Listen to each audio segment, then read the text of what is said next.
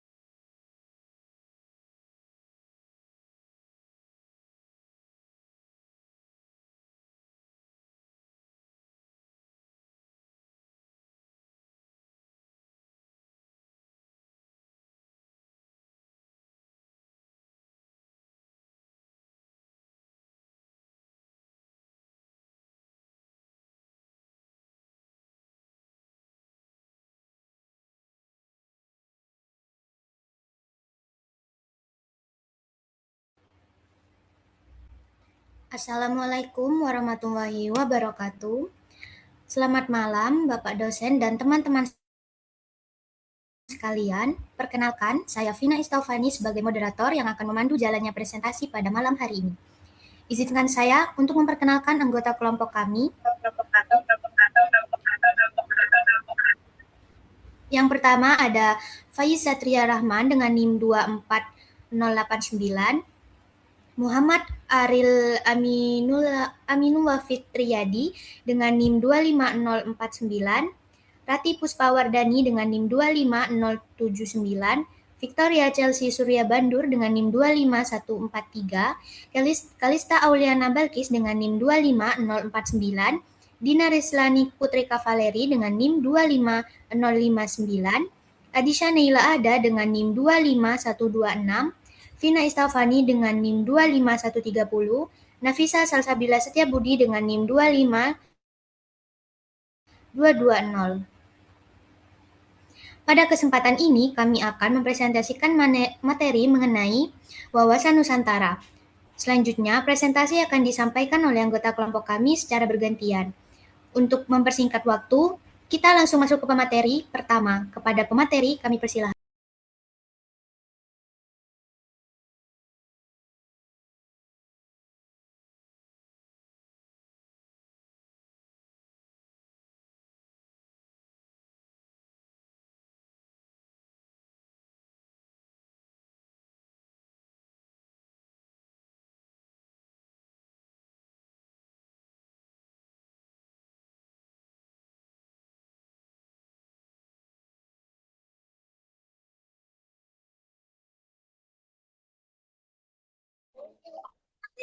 Di sini saya akan menjelaskan mengenai nomor satu.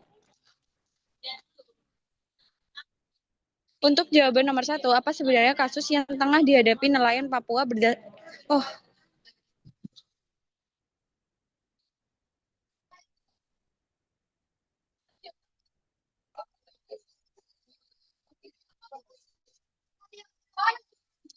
di sini saya akan menjawab mengenai nomor satu dari teori. Wawasan Nusantara merupakan wawasan nasional bangsa Indonesia yang sering disingkat Wasantara. Wawasan nasional adalah cara pandang suatu bangsa terhadap diri sendiri dan lingkungan tempat bangsa tersebut hidup. Cara pandang ini sangat penting karena akan mempengaruhi keberlangsungan kehidupan bangsa serta menentukan keberhasilan bangsa dalam mencapainya tujuan nasionalnya. Wawasan Nusantara menjadi cara pandang sekaligus konsepsi dalam kehidupan berbangsa dan bernegara. Artinya, seluruh aspek kehidupan nasional, baik politik, ekonomi, sosial budaya, maupun pertahanan, keamanan, harus dipahami dan dijalankan. Konsep wawasan Nusantara berfungsi sebagai landasan visional bangsa Indonesia, yaitu pedoman dasar dalam memandang dan mengelola wilayah negara kesatuan, sebagai satu kesatuan politik, ekonomi, sosial budaya, serta pertahanan dan keamanan. Dengan wawasan ini, seluruh wilayah Indonesia akan dipandang sebagai satu kesatuan yang tidak dapat dipisahkan. Dengan demikian, wawasan Nusantara dapat dipahami sebagai cara pandang bahasa Indonesia yang menempatkan persatuan wilayah dan keberagaman bangsa. Terima kasih, bisa dilanjut untuk nomor selanjutnya. Untuk selanjutnya yaitu ada urgensi wawasan Nusantara. Terletak pada pentingnya cara pandang bangsa Indonesia terhadap diri dan lingkungannya sebagai satu kesatuan wilayah dan satu kesatuan bangsa. Hakikat wawasan Nusantara adalah persatuan bangsa dan kesatuan wilayah. Jadi walaupun Indonesia terdiri atas banyak pulau, suku, budaya, dan latar belakang yang berbeda, bangsa Indonesia tetap harus tetap memandang dirinya sebagai satu bangsa yang utuh. Wawasan Nusantara menjadi landasan untuk memperkuat persatuan dan mencegah terjadinya perpecahan atau disintegrasi bangsa. Selain itu, wawasan Nusantara memiliki peran dalam mewujudkan persepsi yang sama bagi seluruh warga negara Indonesia. Perbedaan pendapat dan keberagaman dianggap sebagai hal yang wajar dalam kehidupan demokrasi. Namun, seluruh masyarakat tetap harus memiliki pandangan bersama bahwa Indonesia adalah satu kesatuan wilayah politik, ekonomi, sosial budaya, dan pertahanan keamanan yang tidak dapat diganggu-gugat. Wawasan Nusantara sangat diperlukan karena kondisi geografis Indonesia sebagai negara kepulauan berpotensi menimbulkan perpecahan apabila tidak disatukan dengan semangat kebangsaan. Oleh karena oleh sebab itu, lahirlah konsep wawasan Nusantara yang diperkuat melalui Deklarasi Juanda pada tahun 1957, sehingga laut tidak lagi dipandang sebagai pemisah pulau, melainkan sebagai penghubung wilayah Indonesia. Dengan demikian, wawasan Nusantara berkembang tidak hanya sebagai wawasan kewilayahan, tetapi juga sebagai wawasan kebangsaan yang memperkokoh persatuan Indonesia. Selanjutnya akan dilanjutkan oleh teman saya.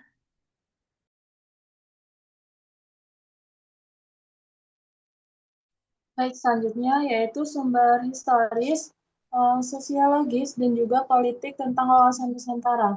Yang pertama adalah sumber historis. Secara historis, wawasan Nusantara lahir dari perjalanan panjang sejarah bangsa Indonesia sebagai bangsa kepulauan yang memiliki ribuan pulau dengan keberagaman suku, budaya, dan bahasa. Selain itu, pengalaman bangsa Indonesia sama masa penjajahan juga menjadi faktor penting lahirnya wawasan Nusantara. Penjajahan yang dilakukan oleh bangsa asing selama ratusan tahun menyebabkan penderitaan bagi seluruh rakyat Indonesia di seluruh wilayah. Kondisi tersebut menumbuhkan rasa senasib dan seperjuangan sehingga muncul semangat persatuan untuk melawan penjajah. Semangat persatuan itu kemudian menjadi kuat melalui berbagai peristiwa nasional seperti Sumpah Pemuda yang menegaskan satu tanah air, satu bangsa, dan satu bangsa Indonesia. Oleh karena itu, lahirlah Deklarasi Juanda yang menyatakan bahwa laut di antara dan di sekitar pulau-pulau Indonesia merupakan bagian yang tidak terpisahkan dari NKRI. Deklarasi ini menjadi dasar penting dalam pembentukan konsep negara kepulauan dan memperkuat wawasan Nusantara sebagai cara pandang bahasa Indonesia terhadap wilayah dan persatuan nasional. Lalu selanjutnya adalah sumber sosiologis. Secara sosiologis, wawasan Nusantara bersumber dari kenyataan bahwa masyarakat Indonesia memiliki tingkat keberagaman yang sangat tinggi, yang terdiri dari ratusan suku bangsa dengan bahasa daerah, adat istiadat, budaya, agama, dan tradisi yang berbeda. Keberagaman tersebut merupakan kekayaan bangsa yang harus dijaga dan dipersatukan.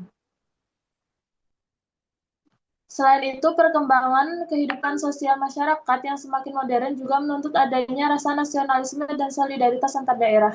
Dengan adanya wawasan Nusantara, masyarakat diharapkan mampu menempatkan kepentingan bangsa dan negara di atas kepentingan pribadi maupun golongan sehingga tercipta kehidupan masyarakat yang harmonis, aman, dan bersatu.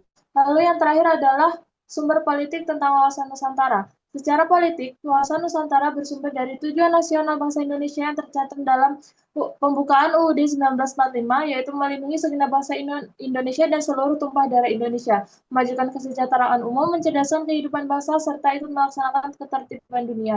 Untuk mencapai tujuan tersebut diperlukan persatuan nasional dan keutuhan wilayah negara. Dalam kehidupan politik, wawasan Nusantara mengajarkan bahwa kepentingan nasional harus lebih diutamakan di atas kepentingan pribadi maupun daerah. Seluruh kebijakan pemerintah harus diarahkan untuk menjaga persatuan bangsa, menciptakan stabilitas nasional, dan meningkatkan ketahanan nasional. Selain itu, wawasan Nusantara juga menjadi dasar dalam menjaga kedaulatan negara, terutama terhadap ancaman yang berasal dari luar maupun dalam negeri. Melalui penerapan wawasan Nusantara, pemerintah dan masyarakat diharapkan memiliki rasa cinta tanah air, nasionalisme, serta kesadaran untuk mempertahankan keutuhan dan menjaga kesatuan Republik Indonesia. Selanjutnya akan dijelaskan oleh rekan saya. Oke, yang berikutnya yaitu dinamika dan tantangan wawasan Nusantara. Wawasan Nusantara adalah cara pandang bangsa Indonesia terhadap diri dan lingkungannya sebagai satu kesatuan wilayah, bangsa, dan negara. Dalam perkembangannya, wawasan Nusantara mengalami dinamika akibat kemajuan teknologi, globalisasi, serta perubahan sosial budaya. Perkembangan teknologi dan media sosial membuat masyarakat lebih mudah mendapatkan informasi dari berbagai negara, sehingga mempengaruhi pola pikir dan gaya hidup masyarakat Indonesia. Globalisasi membawa dampak positif dan negatif bagi wawasan Nusantara. Dampak positifnya yaitu berkembangnya ilmu pengetahuan, komunikasi, dan kerjasama internasional. Namun, masuknya budaya asing juga dapat mengurangi rasa cinta terhadap budaya lokal dan menumbuhkan sikap individualisme. Oleh karena itu, masyarakat perlu tetap menjaga nilai persatuan, gotong royong, dan nasionalisme agar identitas bangsa tidak hilang. Selain itu, wawasan Nusantara juga menghadapi berbagai tantangan seperti ketimpangan pembangunan, penyebaran hoaks, serta konflik SARA yang dapat memecah persatuan bangsa. Untuk menghadapi tantangan tersebut, diperlukan sikap toleransi, literasi digital, dan kesadaran seluruh masyarakat untuk menjaga persatuan dan kesatuan Indonesia agar tetap utuh dan harmonis. Oke, next.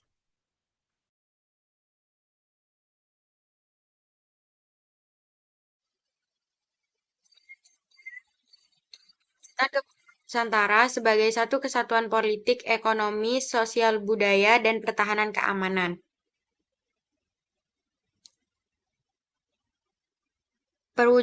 Perwujudan satu kesatuan politik, perwujudan ini menegaskan bahwa seluruh wilayah Indonesia dengan segala kekayaannya adalah modal dan milik bersama bangsa di mana keragaman suku, agama, dan bahasa tetap membentuk satu kesatuan bangsa yang bulat. Selain itu, perwujudan ini menekankan bahwa Pancasila merupakan satu-satunya ideologi yang membimbing bangsa serta hanya ada satu hukum nasional yang berlaku untuk mengabdi pada kepentingan nasional. Satu kesatuan ekonomi, dalam aspek ekonomi, kekayaan di seluruh wilayah Nusantara dipandang sebagai modal bersama yang harus tersedia secara merata untuk memenuhi kebutuhan hidup sehari-hari rakyat. Fokus utamanya adalah menciptakan tingkat perkembangan ekonomi yang serasi dan seimbang di seluruh daerah tanpa mengabaikan ciri khas masing-masing wilayah, yang dikelola berdasarkan asas kekeluargaan untuk kemakmuran rakyat. Satu kesatuan sosial budaya, perwujudan ini memaknai masyarakat Indonesia sebagai satu kesatuan dengan tingkat kemajuan yang merata dan serasi di seluruh wilayah. Secara budaya, meskipun Indonesia memiliki corak ragam yang sangat banyak, pada hakikatnya adalah satu kesatuan budaya nasional yang menjadi modal dasar bagi perkembangan bangsa yang hasilnya dapat dinikmati oleh seluruh rakyat. Yang terakhir, satu, kesatuan pertahanan dan keamanan. Aspek ini menekankan bahwa setiap organ negara memiliki hak dan kewajiban yang sama dalam upaya pembelaan negara. Prinsip utamanya adalah bahwa ancaman terhadap satu pulau atau satu daerah pada hakikatnya merupakan ancaman bagi seluruh bangsa dan negara Indonesia, sehingga kedaulatan wilayah harus dijaga secara kolektif. Selanjutnya akan dijelaskan oleh teman saya. Di sini saya akan menjelaskan mengenai jawaban dari kasus 1. Kasus yang dihadapi nelayan Papua dalam video tersebut merupakan insiden serius berupa pembakaran perahu nelayan Indonesia oleh aparat militer Papua Nugini di wilayah perairan pembatasan kedua negara. Dalam video dijelaskan bahwa nelayan Indonesia sedang melakukan aktivitas penangkapan ikan, namun oleh pihak PNI dianggap telah memasuki wilayah kedaulatan tanpa izin. Akibatnya, aparat PNG melakukan tindakan tegas berupa pembakaran kapal sebagai bentuk penegakan hukum menurut aturan mereka. Peristiwa ini menunjukkan adanya konflik di wilayah perbatasan, di mana nelayan sebenarnya mencari nafkah justru menjadi korban. Dampak dari kejadian ini sangat besar, tidak hanya dari segi ekonomi, namun juga menimbulkan rasa takut, trauma, dan ketidakpastian bagi nelayan yang lain. Selain itu, kasus ini juga berdampak pada hubungan antar negara karena menyangkut isu kedaulatan wilayah dan perlindungan warga negara. Bisa dilanjutkan teman saya yang lain? Baik, untuk yang kedua, apakah kemungkinan latar belakang penyebab nelayan sering dianggap melanggar batas wilayah perairan sebuah negara? Jawabannya adalah nelayan sering dianggap melanggar batas wilayah perairan negara lain karena beberapa faktor yang kompleks dan saling berkaitan. Salah satu faktor utama adalah batas wilayah laut yang tidak memiliki tanda fisik yang jelas seperti darat. Sehingga nelayan sulit mengetahui secara pasti apakah mereka sudah melewati batas negara atau belum. Dalam konteks ini, kasus wilayah perbatasan Indonesia dengan Papua Nugini memiliki jarak yang sangat dekat, sehingga negara bisa dengan mudah masuk ke wilayah negara lain tanpa disadari. Selain itu, sebagai besar nelayan masih menggunakan alat tangkap tradisional dan tidak dilengkapi dengan teknologi navigasi modern seperti GPS, sehingga mereka hanya mengandalkan pengalaman dan perkiraan arah. Faktor ekonomi juga sangat berpengaruh karena nelayan cenderung mencari lokasi dengan hasil tangkapan ikan yang lebih banyak, yang sering kali berada lebih jauh dari wilayah asal mereka. Di sisi lain, kurangnya edukasi dan sosialisasi mengenai batas wilayah laut internasional membuat pemahaman nelayan menjadi terbatas, sehingga resiko pelanggaran semakin besar. Kombinasi dari faktor-faktor tersebut menyebabkan kejadian seperti dalam video terdapat terjadi berulang kali. Selanjutnya, boleh dilanjutkan oleh rekan saya.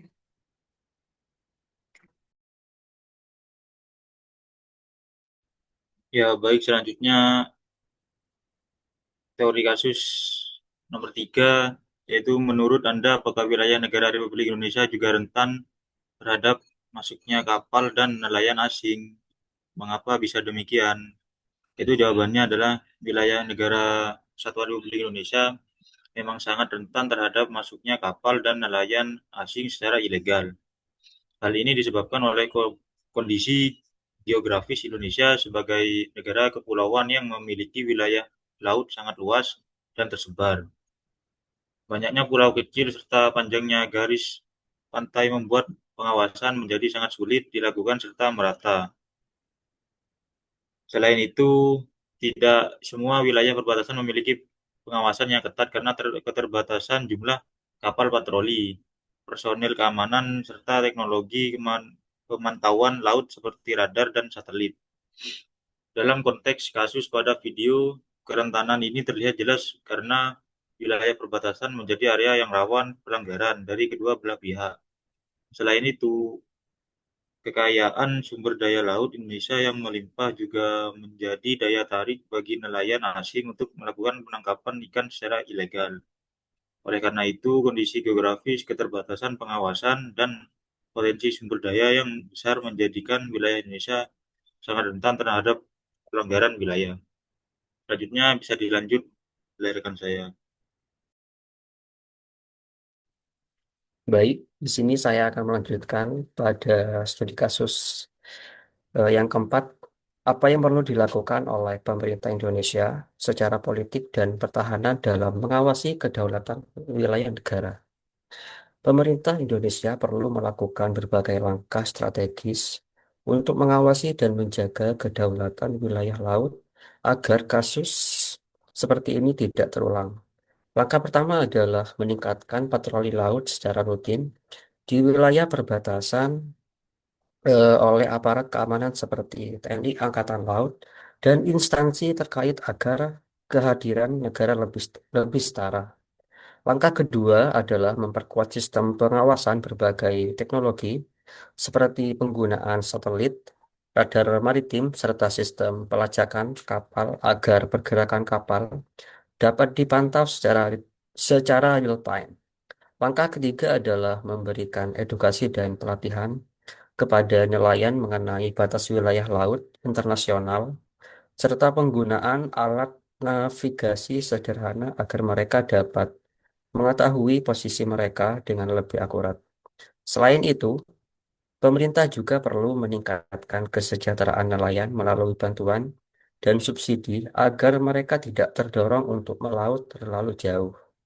Kerjasama bilateral dengan Papua Nugini juga sangat penting untuk mengatur wilayah perbatasan dan mencegah konflik.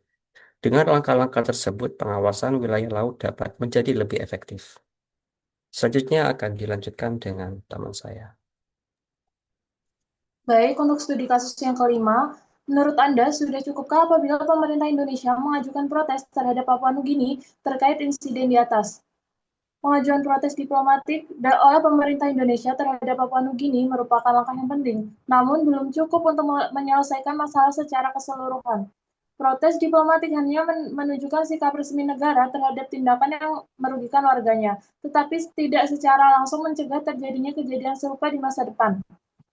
Oleh karena itu, pemerintah perlu melakukan langkah lanjutan seperti mengadakan dialog bilateral untuk membahas mekanisme penanganan nelayan di wilayah perbatasan, menyusun kesepakatan bersama terkait perlindungan nelayan, serta memperjelas batas wilayah laut agar tidak terjadi kesalahpahaman. Selain itu, pemerintah juga perlu memberikan perlindungan nyata kepada nelayan Indonesia, seperti bantuan hukum, kompensasi atas kerugian, serta pembinaan agar mereka memahami aturan internasional. Dengan demikian, penyelesaian masalah harus dilakukan secara menyeluruh dan tidak hanya berhenti pada protes diplomatik. Selanjutnya akan dijelaskan oleh teman saya. Baik, untuk yang keenam adalah dalam konteks wawasan Nusantara, kasus tersebut merupakan peluang ataukah tantangan. Jadi, dalam konteks wawasan Nusantara, kasus ini dapat dilihat sebagai tantangan sekaligus peluang bagi Indonesia. Sebagai tantangan, kasus ini menunjukkan bahwa masih terdapat kelemahan dan pengawasan wilayah perbatasan serta kurangnya pemahaman masyarakat terhadap batas kedaulatan negara. Hal ini juga menunjukkan pentingnya menjaga keutuhan wilayah Indonesia yang sangat luas dan terdiri dari banyak pulau.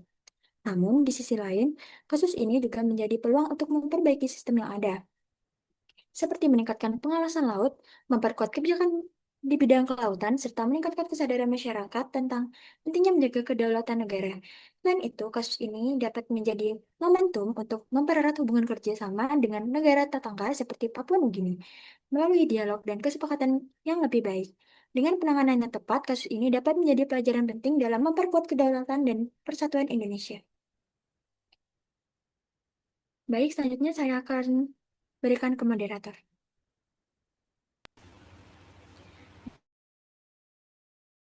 Baik, terima kasih kepada pemateri atas materi yang telah disampaikan. Selanjutnya saya akan membacakan tentang kesimpulan dari LKM 8 ini. Wawasan Nusantara merupakan cara pandang bangsa Indonesia terhadap diri dan lingkungan sebagai satu kesatuan wilayah, bangsa, dan negara yang berlandaskan Pancasila dan Undang-Undang Dasar 1945. Konsep ini sangat penting untuk menjaga persatuan dan kesatuan Indonesia yang memiliki wilayah luas, terdiri atas ribuan pulau, serta memiliki keberagaman suku, budaya, agama, dan bahasa. Wawasan Nusantara menjadi pedoman dalam mewujudkan kesatuan politik, ekonomi, sosial, budaya, serta pertahanan dan keamanan demi tercapainya tujuan nasional. Kasus pembakaran perahu nelayan Indonesia oleh aparat Papua Nugini menunjukkan bahwa wawasan Nusantara masih sangat relevan dalam menghadapi tantangan perbatasan. Oleh karena itu, diperlukan kerjasama antara pemerintah dan masyarakat untuk menjaga keutuhan wilayah serta mempertahankan kesatuan Indonesia. Baik, itu saja dari kelompok kami. Kurang lebihnya mohon maaf. Terima kasih dan wassalamualaikum warahmatullahi wabarakatuh. Waalaikumsalam. Waalaikumsalam warahmatullahi wabarakatuh.